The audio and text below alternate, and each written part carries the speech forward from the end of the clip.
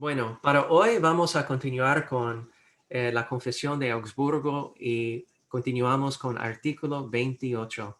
Y aquí es un repaso, un sumario de lo que dice este artículo. Es muy largo y podemos ver el artículo en particular si desea.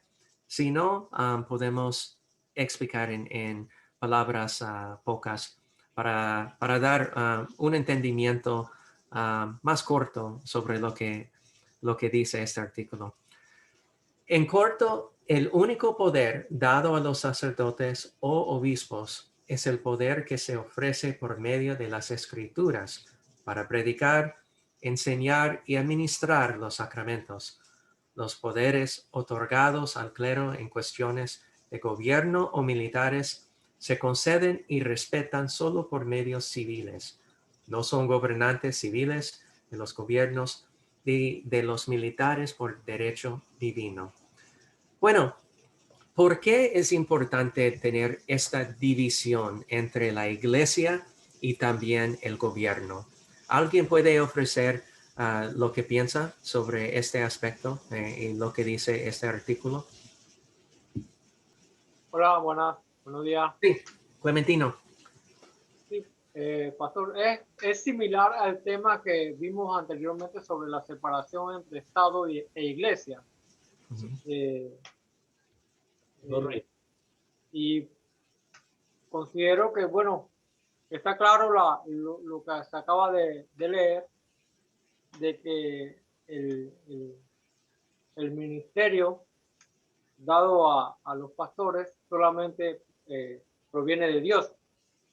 Y Y el único poder es el de administrar sacramentos, el de predicar la palabra de Dios y no el de ejercer labores o funciones que corresponden al Estado, como son los poderes de la autoridad civil o militar. En nuestro país no hay ejército, pero sí hay policía, pero igual eso lo hacen el gobierno a través de sus entidades, ¿no? Eh, no sé a nivel de la Iglesia Católica si aún permanecen esos poderes recaen en el Papa, no sé, no creo, pero sí son muy dados a estar en la vida política del país.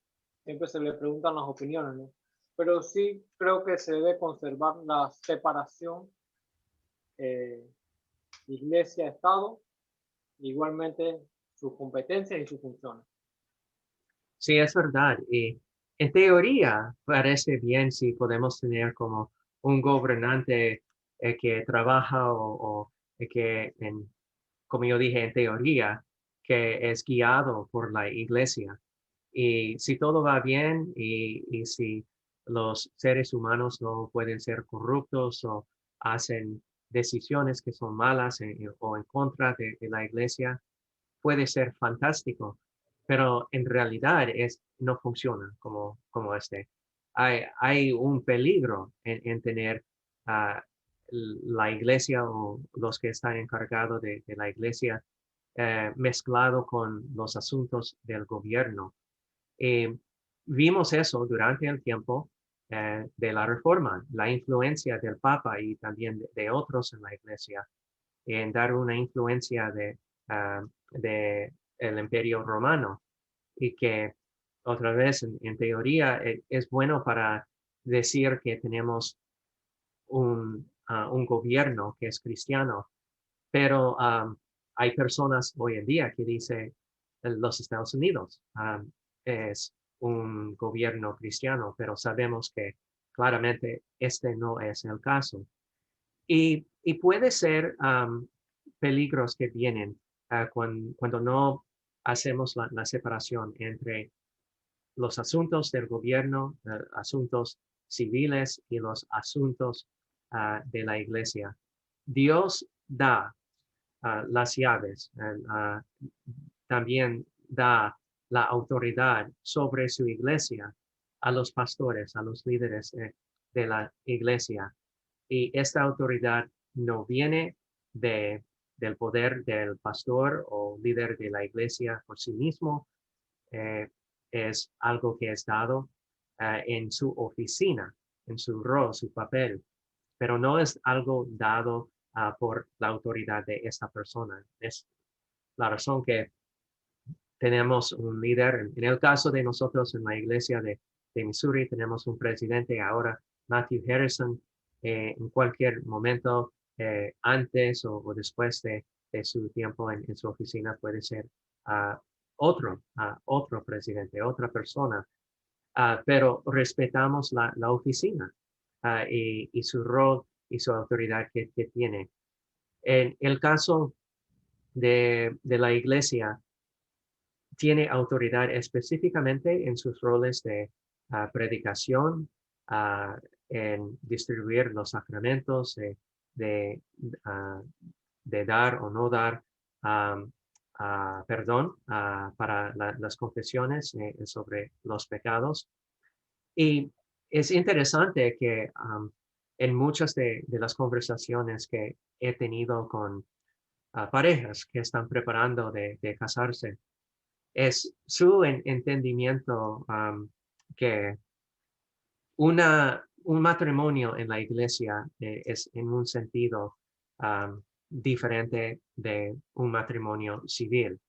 Bueno, entendemos como cristianos la importancia de nuestra fe y obviamente es común y normal que cristianos desean tener un matrimonio, una boda en una iglesia, pero es algo necesario que el matrimonio pasa en la iglesia o es en frente de Dios un matrimonio civil es también lo mismo en frente de los ojos de Dios. ¿Qué piensan? ¿Qué piensan ustedes? Yo quería decir algo con el punto pasado, disculpa, pastor. No, gracias. Es que la Constitución de Panamá habla de Estado laico. Ujú. Y eso es una gran discusión que tenemos a nivel de las organizaciones de la sociedad civil. Uh-huh. Porque, bueno, creo que la discusión más fuerte, aunque ya se ha dado en otros gobiernos, se dio en el gobierno de Varela, cuando se dio el regalo de los cientos, no sé, de miles de rosarios Uh-huh. a la población. Entonces, ahí entró una discusión muy fuerte.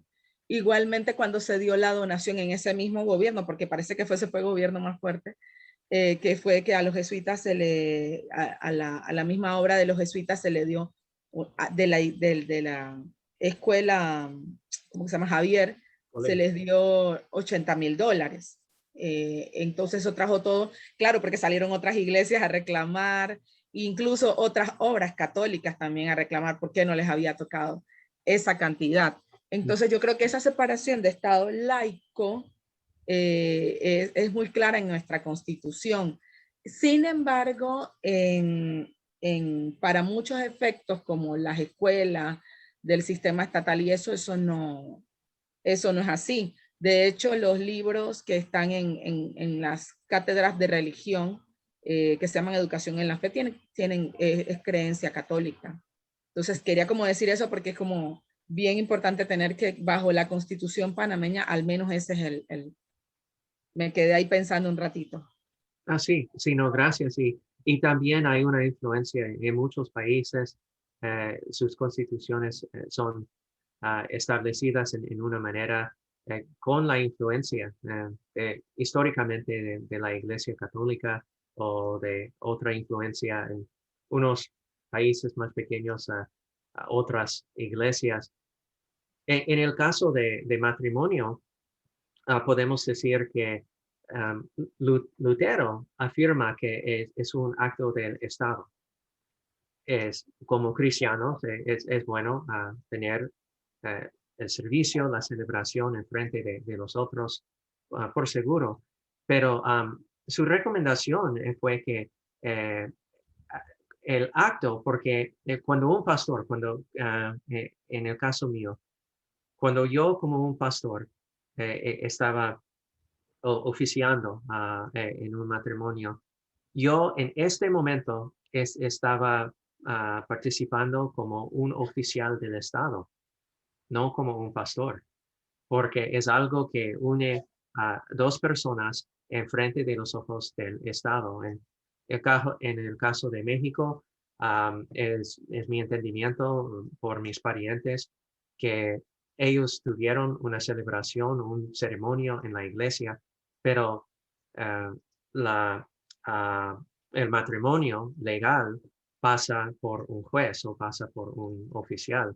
Es que en el caso allá no permite que los sacerdotes o son los oficiales legal de eso. Es mi entendimiento, perdón si estoy equivocado, pero en el caso de mi experiencia personal, mm, todos los estados en Estados Unidos pueden ser diferentes, pero el estado me dio como la oportunidad, el permiso para actuar como el oficiante. Ah, y es interesante, Lutero recomendó que pastores pueden hacer o que una pareja puede ser casados afuera de la iglesia antes de entrar, como legalmente, en frente de los ojos del gobierno y después entrar en tener el ceremonio. Y, y primer vistazo puede ser un poco extraño porque los cristianos no luchan y discutan para que el gobierno es como oficialmente un gobierno cristiano. Y bueno, posible por las experiencias durante tantos siglos, el caso de Calvin y otros cuando se fueron a Suecia y querían establecer como un reino de cristiano. Desafortunadamente, no funciona como en teoría. Y una vez Lutero dijo que sería mejor para que un emperador no sea cristiano, en el sentido que él si es justo, si puede dar justicia como es requerido en el parte de sus ciudadanos, es mejor en vez de tener un emperador cristiano. Y también él tuvo la preocupación en el caso del Estado, en circunstancias donde tiene que dispensar justicia, castigos, que aquí es un lugar donde tiene o puede ser separado de la iglesia. Si un criminal mata a otra persona, parece que no es algo bueno cuando la iglesia tiene que estar involucrado en cómo dar la pena de muerte, etcétera. ¿Preguntas o comentarios? Pastor, Sí. bueno, yo considero que hay, con respecto al matrimonio, hay algo que siempre que hay que dejar un poco claro, y es el por qué dentro de la Iglesia Católica se considera el matrimonio un sacramento y por qué en nuestra iglesia no. Uh-huh. Y eso es, desde el punto de vista de nuestra enseñanza, en que el matrimonio no ofrece perdón de pecados y por eso no constituye un sacramento. Por otro lado, en cuanto al matrimonio, es bíblico de que como cristianos y ciudadanos de un país tenemos que someternos a las autoridades Uh-huh. y nos casamos civilmente ante la autoridad, ante el Estado, ante el César. Uh-huh. Por eso el matrimonio civil está bien, pues, delante de los ojos de Dios. Sí. Sin embargo, a pesar de que yo estoy casado con mi esposa, yo y mi esposa tenemos la intención de casarnos también Uh-huh. en la iglesia luterana. Sí, y eso es completamente una buena cosa. Y no es decir que alguien no debe tener este deseo. No, por seguro. El caso mío también, tuvimos la boda en la iglesia. Y sí, eso es algo que es deseado de los cristianos. Y no es decir que es algo que simplemente tiene que ser una experiencia civil. Puede ser también algo que comparte, en particular con la comunidad cristiana. Y lo que dijo o pregunta sobre por qué son diferentes, por qué es un sacramento en los ojos de la Iglesia Católica. La verdad es, no puedo responder a eso, a pasar al parte de decir que definimos, como mencionó, definimos la, la definición de un sacramento en una manera diferente que la Iglesia Católica, porque entendemos el criterio de fue un sacramento es algo que fue establecido por Cristo, da el perdón de los pecados y también tiene un elemento. Eso es como luteranos definimos un sacramento. Vemos que en la Iglesia Católica no puede tener o cumplir con todos los sacramentos. Es imposible porque matrimonio es un sacramento y también el sacerdocio es un sacramento. Y técnicamente no puede ser un sacerdote y al mismo tiempo ser casado. Y no sé exactamente cómo ellos llegaron a definir en esta manera.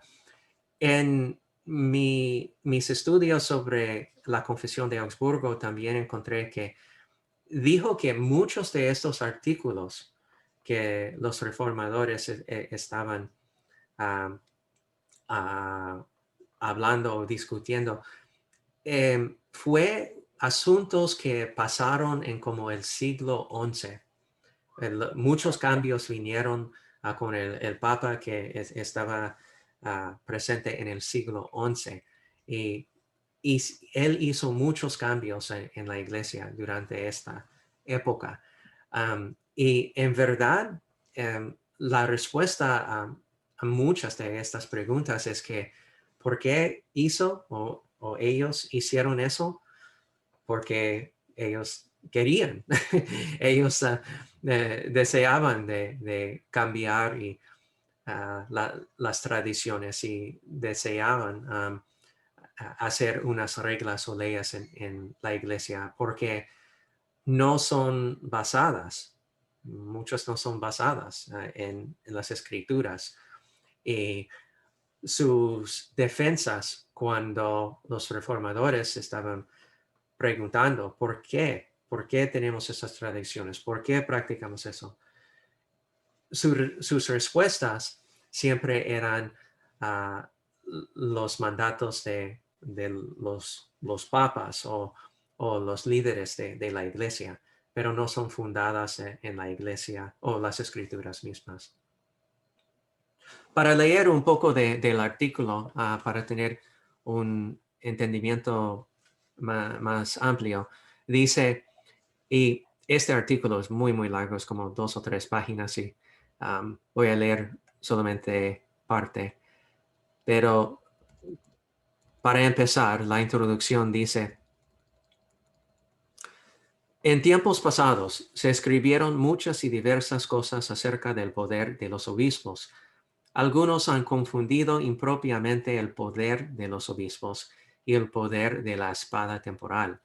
Tal confusión caótica trajo como consecuencia muy grandes guerras, tumultos e insurrecciones, porque los obispos, con el pretexto del poder otorgado por Cristo, no solamente han introducido nuevos actos del culto y mediante la reservación de algunos casos y el empleo violento del entredicho han oprimido a las conciencias, sino que se han atrevido a poner y deponer a su antojo a emperadores y reyes.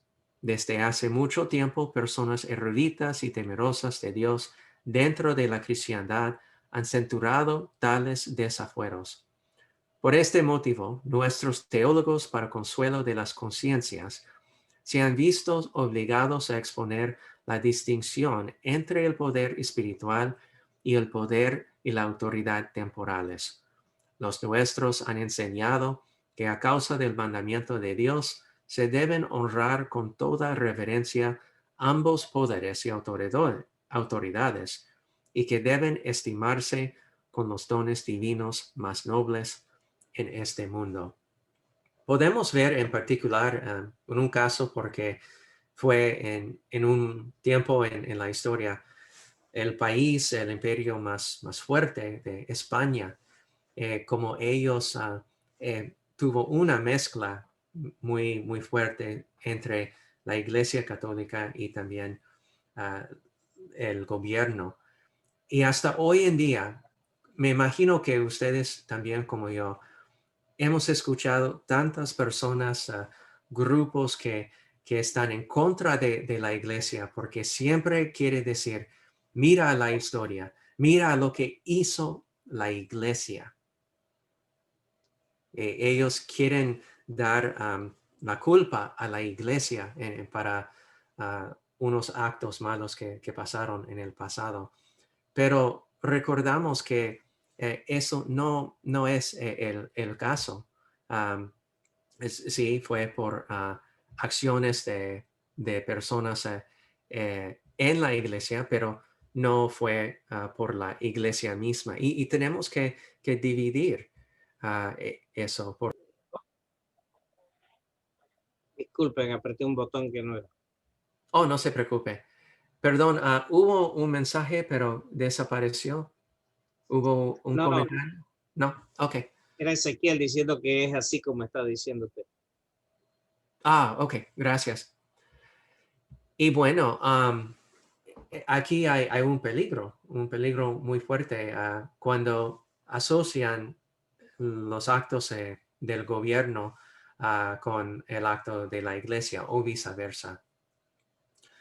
Aquí continuamos donde dice, nuestros teólogos enseñan que de acuerdo con el Evangelio, el poder de las llaves o de los obispos es un poder y mandato divino de predicar el Evangelio, de perdonar y retener los pecados y de distribuir y administrar los sacramentos, porque Cristo envió a los apóstoles con el siguiente encargo: como me envió el Padre, así también yo os envío.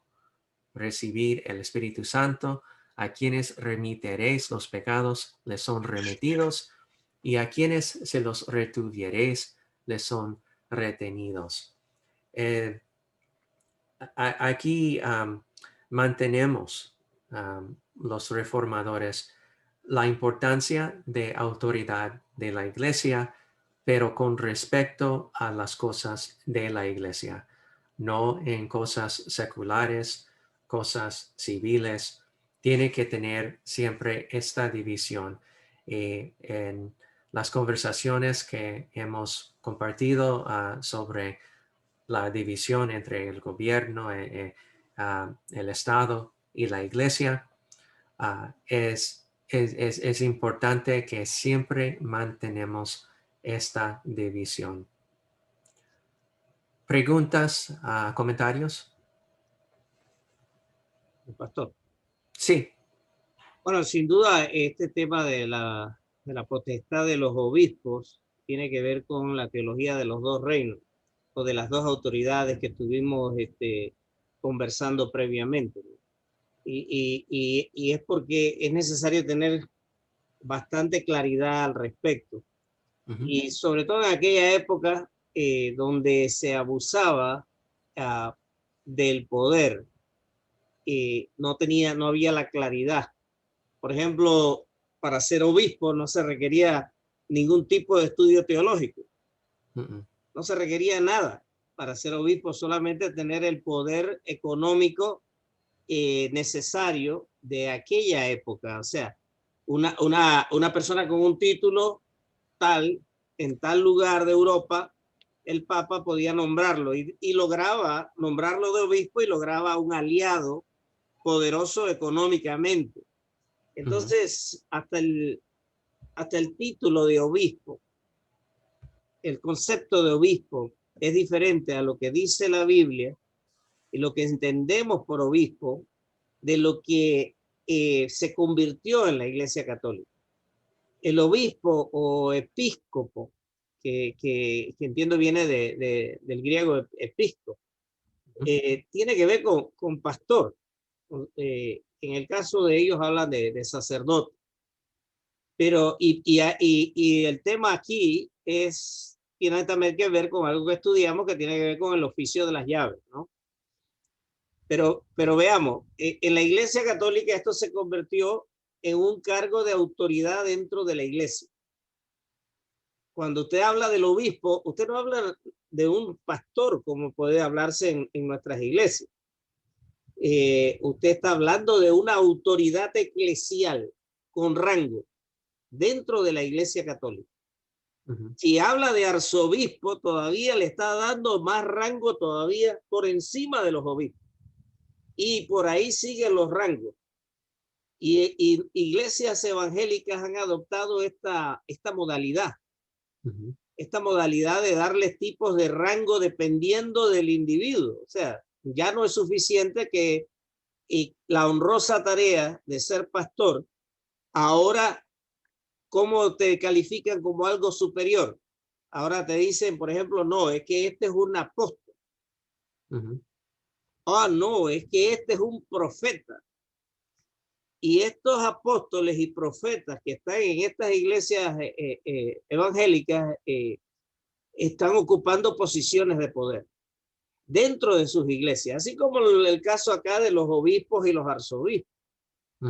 Entonces, esta cuota de poder que tenían estos hombres que no eran pastores, la mayoría no eran pastores, podría decirse que eran cristianos porque eran parte de la cristiandad.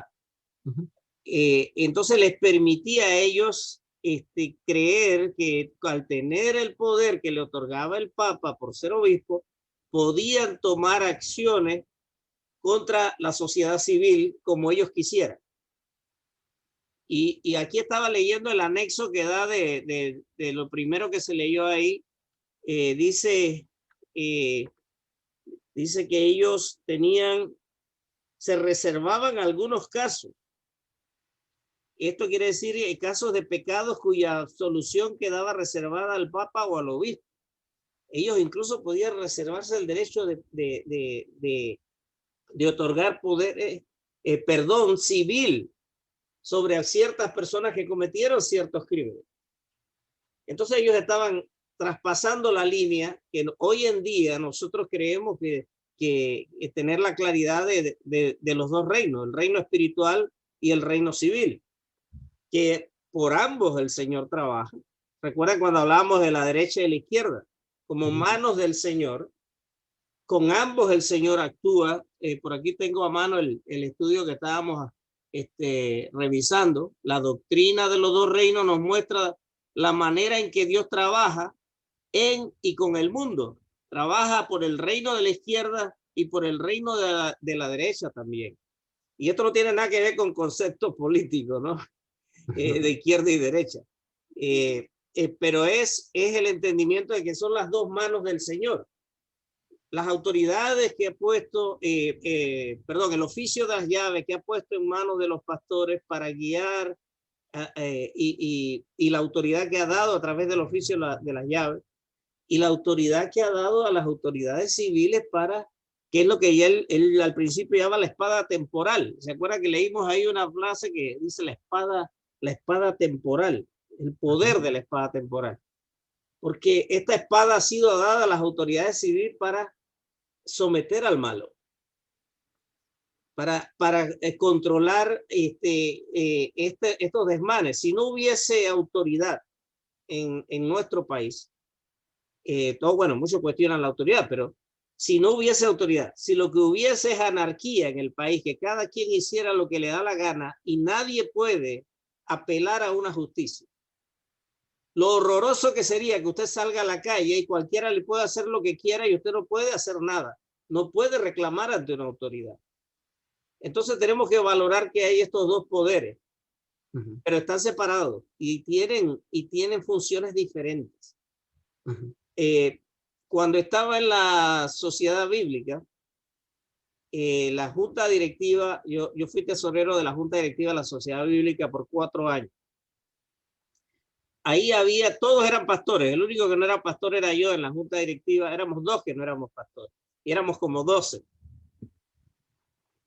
Y de repente llegaban a veces por ahí estos pastores candidatos a legisladores, como por ejemplo este Sopla Dios, que llegaba de repente por ahí de visita, como llega cualquiera de otras iglesias, pero estaba en plena campaña política. ¿Se acuerdan de Sopla Dios? No sé, no me acuerdo el nombre de él. Entonces yo le decía, ¿cómo es posible? Ruiz. Luis. Ruiz, sí, pastor, Ruiz. Y yo le decía, el pastor Ruiz, y yo le decía, ¿cómo es posible despreciar el llamado divino de ser pastor, de las almas, de cuidar las almas, de invitar a la gente, de compartir el evangelio, despreciar ese llamado que es divino para ir a atender asuntos civiles, carreteras, leyes, qué sé yo? O sea, tú has despreciado algo divino por algo humano y dejas de ser pastor de la iglesia para hacer, ¿cómo se llama? Lo que Dios te llamó a hacer, supuestamente en el caso, para ir a hacer el gobierno civil del que estamos hablando. Paro hasta ahí porque todo tiene que ver con este tema que usted tocó ahorita, pastor, del matrimonio, por ejemplo. Y hay mucho más sobre el matrimonio. Por ejemplo, ¿quiénes tienen derecho, de qué iglesias pueden o no casar personas aquí en Panamá? ¿Y cómo es que se da todo esto? Que solo son los sacerdotes católicos los que pueden casar personas aquí en Panamá. Si usted quiere, nuestra iglesia quiere casar a alguien aquí y tiene que tomar los cursos que da el Ministerio de Gobierno, pero no se los exigen a un sacerdote católico, solo se los exigen a los pastores de todas las demás iglesias. ¿Por qué? Porque la influencia y el del poder de que decía Charo, que todavía se ve reflejado en las esferas de poder, intenta manipular. El pastor Patricio fue a una reunión en la embajada americana donde fueron los líderes de diferentes iglesias aquí, de Panamá. ¿Y cuál era el tema?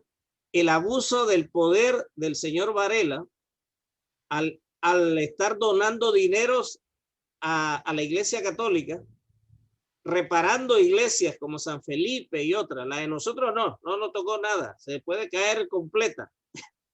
Pero las iglesias católicas las repararon durante la época de Varela. Y cuando no es potestad, o sea, eso no es algo que le corresponde de tomar preferencia sobre unas iglesias sobre otras, ¿no? Que es lo que hizo Varela. Pero bueno, no estamos aquí criticando, no vinimos a eso, vinimos a entender que debe haber una separación que está claramente explicada en la teología de los dos reinos o de las dos autoridades. Disculpa, pastor, que me excedí. No, son buenos comentarios y todos son verdad porque sí, la dificultad es, yo no sé la razón porque recomienda las escrituras para tener esta división, pero obviamente Dios en su sabiduría sabe por qué. Podemos ver también a los ejemplos de los israelitas que ellos tuvieron sus reyes que obviamente eran creyentes, el rey David y otros, pero todavía ellos tuvieron los encargados de la iglesia. Sí. Fue separado. ¿Y por qué hoy en día debe ser, o durante el tiempo de la Reforma, tuvo que ser diferente que el ejemplo de los judíos? La gente de Dios, el pueblo de Dios, que estaba más cerca a Dios y supieron más desde el principio de la historia. También recordamos cómo estos artículos, estos abusos que hemos compartido son conectados. En el caso de este artículo, en hablar sobre el entendimiento de la Iglesia Católica Romana, los seguidores de la Iglesia Católica Romana, el Papa fue literalmente el que tuvo la palabra final. La palabra final, porque el entendimiento, lo que acepta ellos es que es Cristo. Literalmente es el vicario. Es Cristo aquí en el mundo. Y bueno, no debe estar en contra de Cristo, en contra de Dios. Pero ¿qué pasa si también la iglesia, el líder de la iglesia está encargado de los asuntos seculares? Ah, en unos casos puede ser que es de acuerdo con las escrituras, pero en unos casos no. ¿Y qué puede hacer si está en contra a Dios? Pero en realidad es posible que solamente está en contra del Papa o de la Iglesia. Um, Otra vez, Dios sabe más que nosotros y tenemos en muchos casos buenas intenciones en establecer algo más conectado, pero hay la necesidad de mantener esta división. Y eso fue algo en un sentido muy radical para los luteranos en el tiempo de la Reforma. Hoy en día vemos a los luteranos y las iglesias protestantes y históricas como son viejos o son algo muy tradicional, pero la realidad es que ellos estaban ofreciendo y proveyendo algo muy, muy radical por su tiempo. Pero, ¿por qué? Porque estaba de acuerdo con las escrituras. Bueno, vamos a parar aquí. No sé si hay preguntas o comentarios.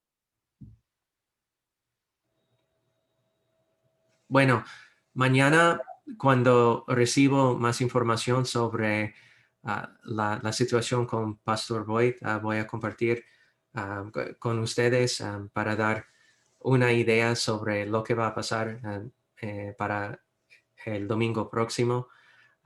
Y si está bien, si reunimos el próximo domingo o después, si podemos cubrir como un repaso sobre los artículos de la Confesión de Augsburgo para juntar todo más o menos en ver como un vistazo de lo que ofrece hablar de la Confesión de Augsburgo otra vez y ver si hay preguntas. Bueno, muchísimas gracias. Como siempre, tenga un buen día. Disfruta su domingo y Dios les bendiga y cuídense mucho. Bendiciones a todos.